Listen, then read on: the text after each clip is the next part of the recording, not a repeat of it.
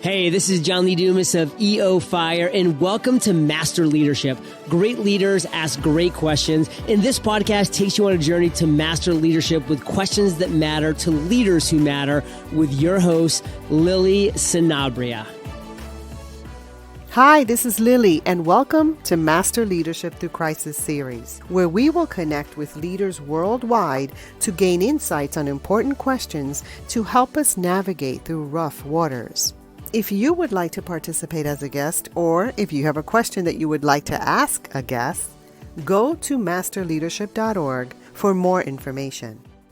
Dr. Philippe Bouissou has developed a new methodology to cut the Gordian knot and deliver sustained growth.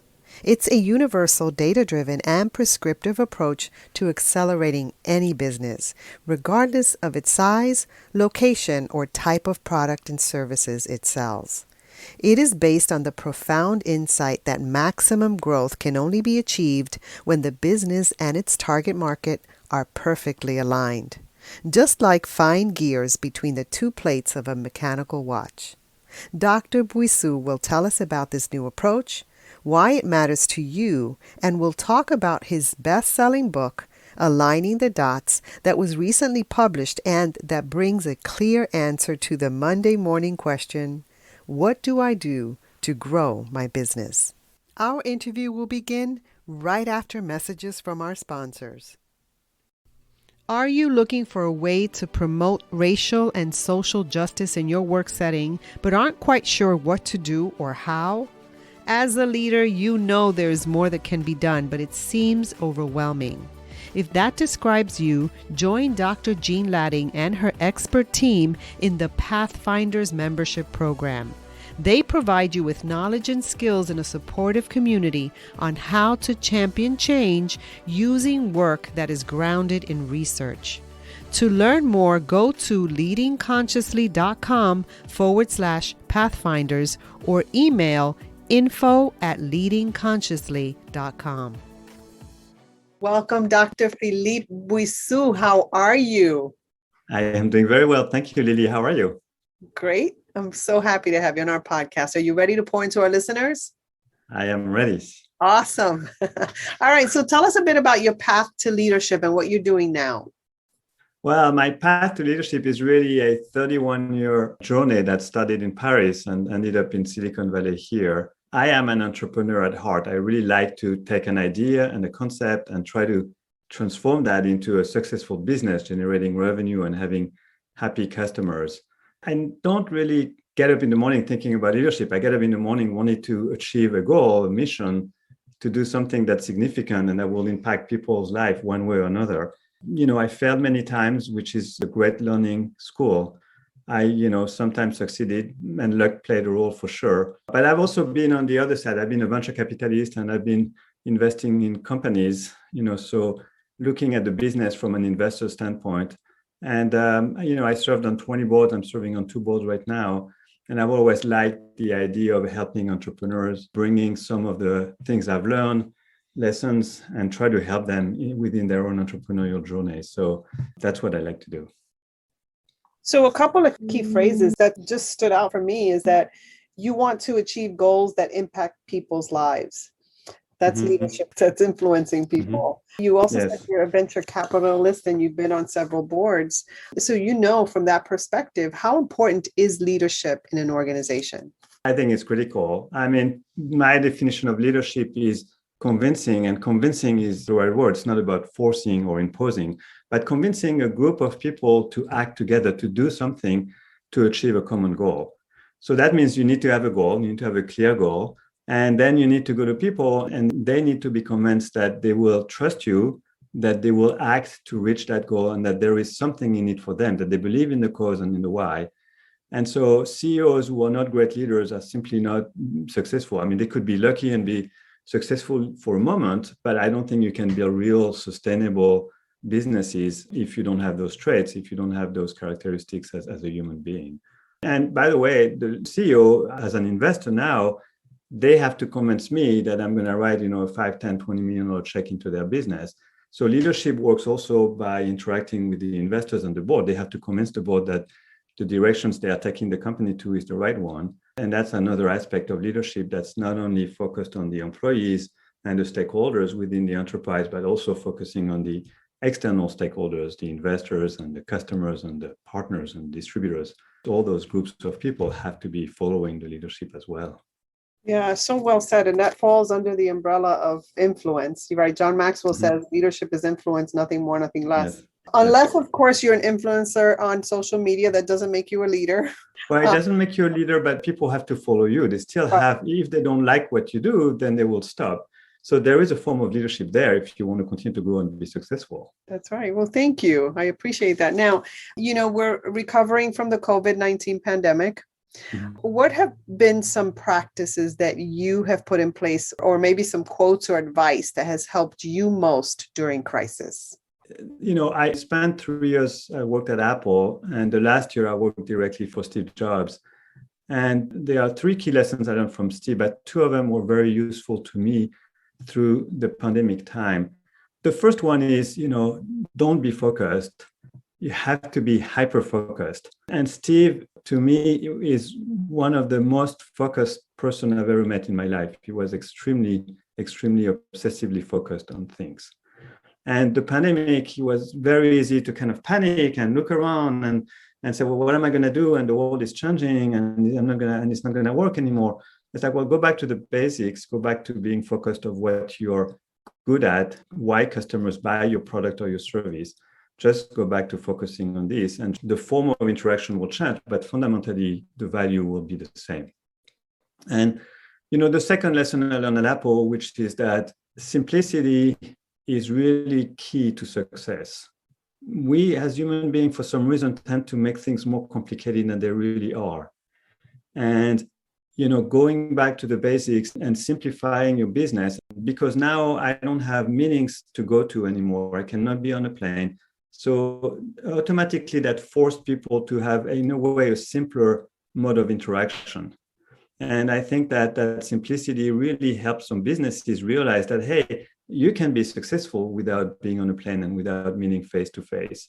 And you can be successful using Zoom as a communication method. And you can even have group meetings and constructive discussions. That's the second advice that I've been following from Apple, which is just make things simple. Just go back to that simplicity. Don't overcomplicate things.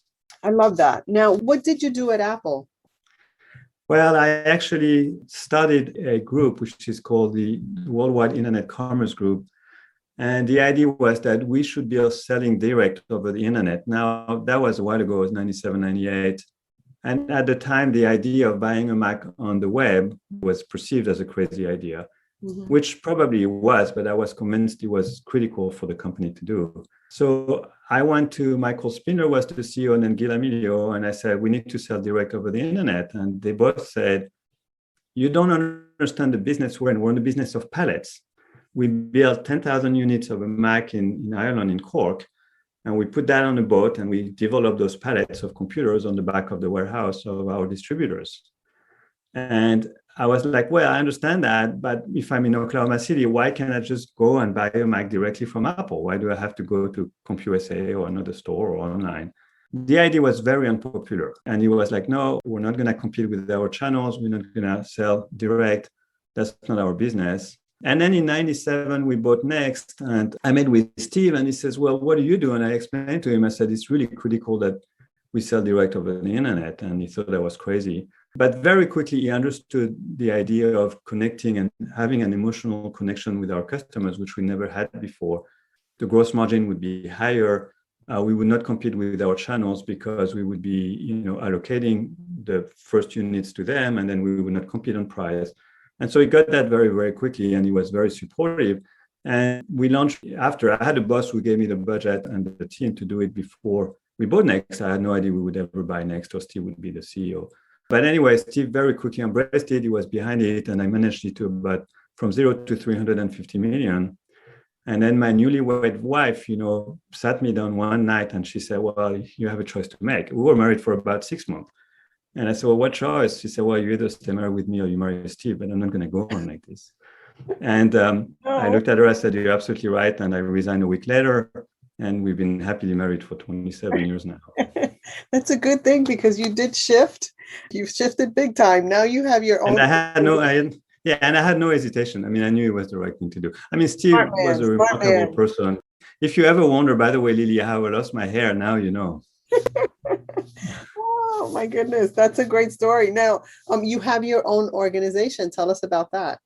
Yeah, so now I'm running a management consulting firm, which is based here in Palo Alto in the Bay Area. And we are obsessively focused on one thing and one thing only.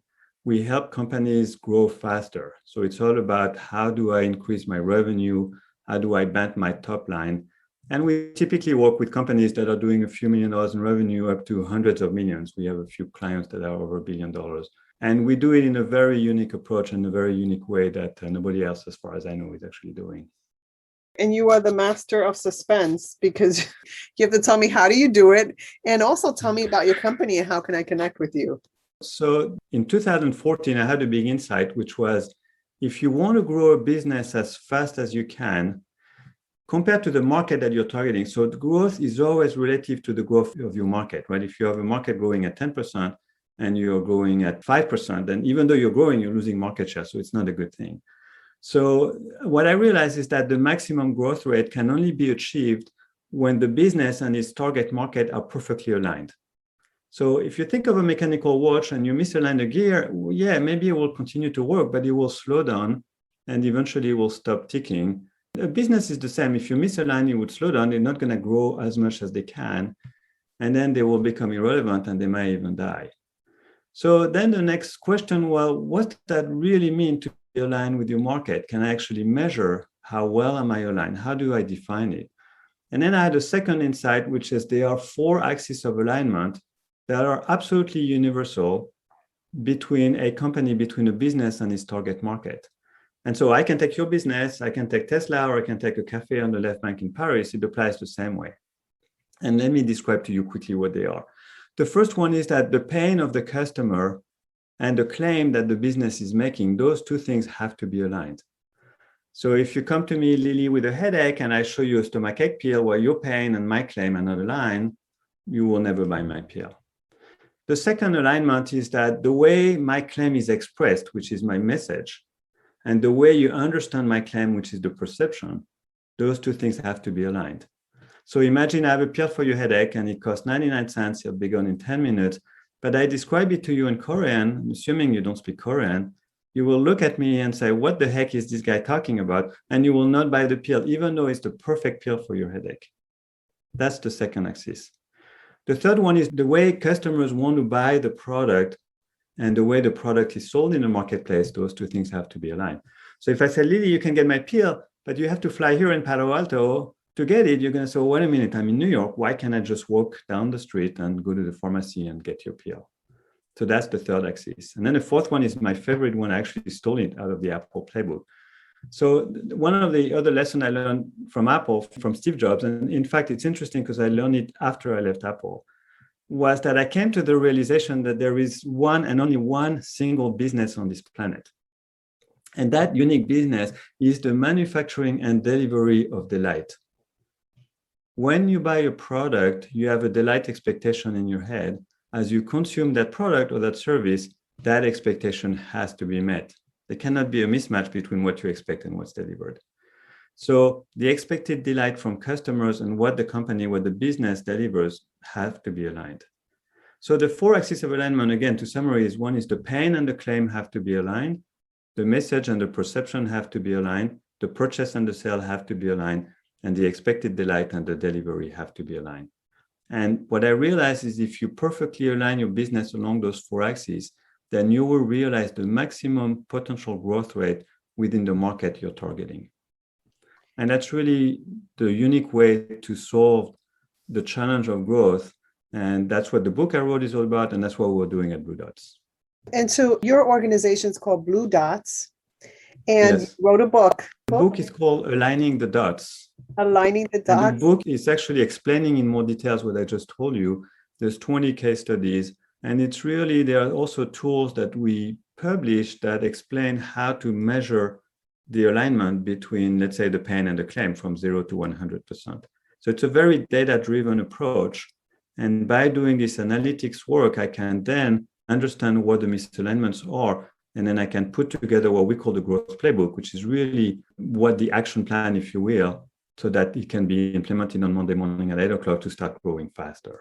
So this is really great. Now, where can we get your book? Where can we connect with you? So the book is called Aligning the Dots, and you can find it on my website, which is aligningthedots.com. You can obviously find it on Amazon and other outlets. And then, the website is bluedotspartners.com. And if people want to connect with me, the best way to do it is via LinkedIn. They can just, find my name and they can just connect with me. Hey, leaders, stay tuned for the rest of the interview following this brief message. If you want to make money and change lives by selling your knowledge online, do not launch an online course. Only 6% of those are ever completed. Create instead your own branded app and launch the ultimate learning experience that sells. Passion.io is a drag-and-drop platform where you create interactive content to sell using your own branded app. Forget any tech hassle. You deserve a platform that makes it easy. You can move your existing clients, you can reach new clients, or you can even swap your online course for something that actually works. Delight clients with downloadable and even live content. You can trigger instant action using push notifications, generate more revenue with single touch payment, and you can stream across all devices. Best yet, try it for free for 14 days at masterleadership.org/passion. Just curious, are you an engineer? I'm actually a physicist by background. I studied physics. I have a PhD in nonlinear physics. And in fact, my PhD is in chaos theory, which I've been using every day, working with entrepreneurs. But it's all about understanding the fact that you cannot predict a chaotic system. You can actually prove that you will not be able to predict the outcome of a certain nonlinear or chaotic systems. And that's a big humility lesson for me that I learned when I was doing physics. It's like, you can't. You don't try to predict something. You can mathematically actually prove that you cannot predict it, which is really interesting and exciting. And you mentioned a word that to me is key for leadership, and that's humility. For me, without humility, you can't gain wisdom. And yes. In order to be a great leader, you need to be wise. Yes. So I love that our words are aligning. We come from two totally different spaces. I'm in education. You have such a beautiful mind, but your heart is also, I can feel your passion through the internet and how this is your life's work. I really appreciate you bringing this to us. Now, as a lifelong learner, what are you learning right now, Philippe? Before I answer that good question, the first advice and the first piece of wisdom I would share with humility, which is don't ever stop learning. The brain has to build those connections, and it doesn't matter what you're learning, but do something different and do something difficult with your brain. And of course, you also have the luxury to do something you like. So don't learn a language that you hate. That doesn't make any sense. But pick a language you like, or learn how to fix a car, whatever it is, doesn't matter. So I love learning. I'm amazed at so many things to learn in this world. And the more I realize, the little I know about everything. What I'm actually specifically learning on now is I'm transforming and changing my serve in tennis. So I play a bit of tennis, which I love as a sport. And my serve was fine. I mean, I could place the serve, but the pace, the speed of the ball wasn't high enough for me. So I decided to really understand fundamentally how the serve works. And I deconstructed my serve, and I'm really putting it back together pieces by pieces, which takes humility and time and commitment and hyper-focus. And focus. And it's the only shot in the game that you have 100% control over, right? If somebody hits a backhand to you, you have to work with whatever the ball is doing. Well, in a serve, it's 100% under your control. And the combination of the kinetic chain and the way the muscles and the way it works with the mind is really a challenge. And it's the hardest move and the hardest shot in tennis. And it looks simple when you look at Federer or Djokovic if you watch the final this weekend, but it's really, really hard to do. Another word that comes up for me as I speak to you is curiosity. Mm-hmm. I find you to be incredibly curious. That's very true. My background is actually, I'm a military brat. So my dad used to move every 2 or 3 years. We moved all the time, and most of the time in the middle of the school year. And as you move into a place you don't know anybody, everybody looks like you're coming from Mars. They don't know you. And the way I was able to integrate in pretty much any situation was by being curious about people and being curious about this new place and thinking of it as a positive thing, as opposed to, oh my gosh, I'm here, I don't want to be here. It's like, well, I'm here, what is it to discover about this place? What are people thinking? How are they thinking? And doing physics is just remarkable. I mean, when you start to understand, and then you're really just scratching the surface, there's many, many things I don't understand in physics. But when you start to understand the four fundamental forces and how things work, it's just magic. I mean, it's just amazing. I mean, truly amazing. Well, Philippe, I love that. Thank you so much for sharing. Now, when you think of leadership today, what most concerns you and what are you most hopeful about? Okay, I start with the second part of the question. And it may sound strange, but the most hopeful part I feel about leadership today is actually hope. Because true leaders have the true passion and hope to change things for a better world. And without hope, it's very hard to be a leader. It's very hard to do anything. And there is more and more hopes, even though we're facing tremendous crises. I mean, if you look at COVID and how fast we came up with these vaccines and how fast we're turning things around, I mean, it's just remarkable. And that's because people had the hope that they could cure it or they could at least prevent the disease. And so I'm very hopeful that more and more young people are hopeful. We're facing tremendous issues on this planet, poverty and massive discrepancies between the have and the have-nots, the climate change. I mean, there's some massive issues, but at the same time, I see young people, with sparks in their eyes, hoping and wanting to change the world. And that, I think, is just amazing. The things that tend to worry me most is really people want to be a leader. And I think it's the wrong way to look at it. You don't get up in the morning and says, well, I want to be a leader. You get up in the morning saying, I want to accomplish something that matters, something that's impactful. And by doing this, you become a leader. It's a bit like a CEO who says, I want to build a company because I want to make money. Well, that's not the right goal. The making money is the consequence of success, but that in itself cannot be a motivation. So I think it's the lack of understanding the why, the drive. It's also sometimes the lack of being willing to fail and accepting failure and looking at it in a positive way as a learning thing, as opposed to, oh my gosh, I failed, this is bad. And, if you don't fail, you will not succeed. You have to fail to succeed. You have to learn. And so those are the kind of things that would worry me more on the negative side of the leadership that I see today. And also lack of patience sometimes. People just want everything right away. And it takes time. It takes 9 months to make a baby. There's a reason for that.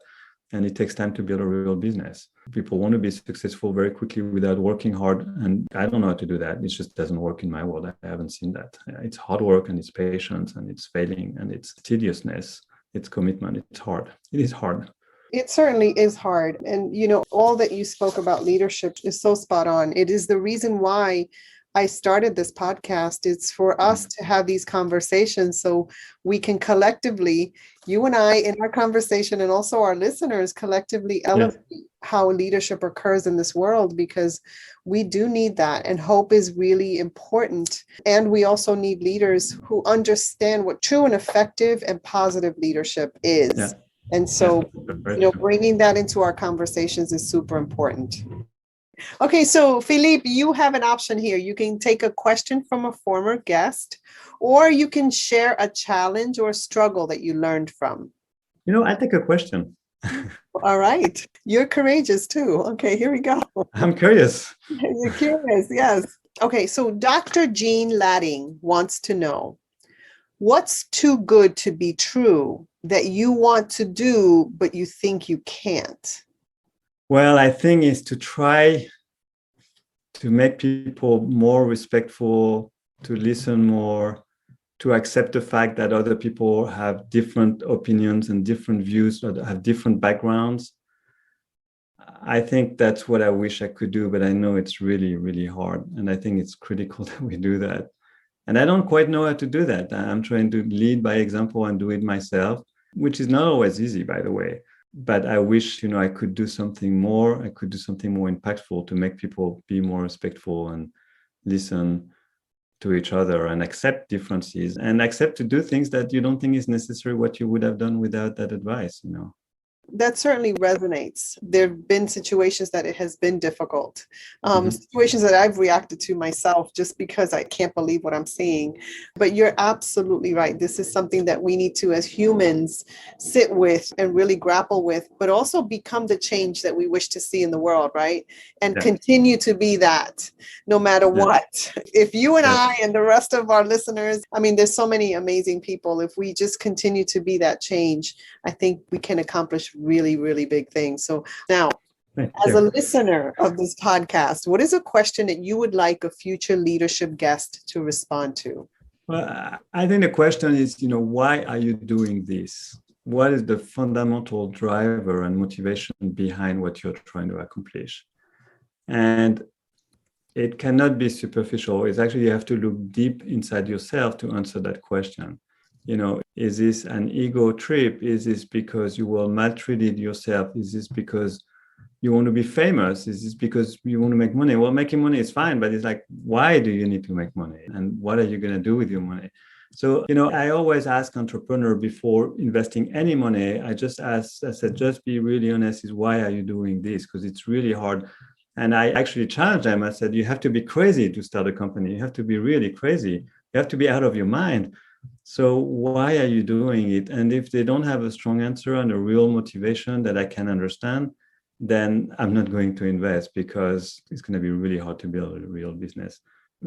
You get entrepreneurship. We're all crazy. Well, I've seen so many, and I've seen so many with so many high hopes that failed and some that succeeded. You don't quite know why. It's like kids, and that's what's fascinating. It's like I always think of any company as a child and you love them, you want them to be successful, you want to bring your support, but you don't quite know what's going to happen with them. And there's also a limit to what you can truly do and influence them. So you have to be humble there as well. But with your book, Aligning the Dots, it helps us to see it in a framework that can help and live our passions. So I really appreciate that. Now, is there anything else you'd like to share with our listeners? Well, I think the secret is alignment. I mean, that's why I talk about it in my book. I think that you cannot succeed without alignment. I would encourage any entrepreneur, any business leader, any CEO, any general manager to really look at those 4 alignments that I talked about and ask themselves, how well is my business aligned along those 4 axes? And of course, there's a 5th axis, which is the last chapter of the book that I talk about, which is the internal alignment, right? So if the organization is not internally aligned, then they will not execute the 4 external alignments. So I would just encourage people to ask themselves, what is the pain I'm addressing? Who has it? What is my claim? Are those aligned? And, what is my message? How is it understood? And how do I sell? How do people want to buy? And then, the expected delight that I'm selling to my prospects and my customers, are they actually receiving that or not? And just look at the business through those 4 lenses. And I'm sure they will learn one thing or two through that process. And that internal alignment within the organization requires good leadership. So that's correct. Yes. And I think, you could even apply the book to leadership, which is you could also define leadership by being able to realize and understand those 4+1 alignments. And I think if you do that, you're going to grow. And if you're going to grow, you're going to be successful. If you're well aligned along those 4+1 axes, then I would argue you're a good leader. Philippe, I want to thank you so much for adding value to me and to our listeners. It's been great. Thank you so much, Lee. I love your show. I love what you're doing. And, thank you for allowing me to be a guest and share a few things that I've learned. All right, my friend. Have a great day. All right, Lily. Have a good day. In closing, here's a quick message. Coaching is the art of influence that underpins leadership in the 21st century. It is the very thing that can get you from being stuck to being extraordinary. So go to masterleadership.org and sign up to get a free coaching session. Until next time, continue to ignite that leader in you.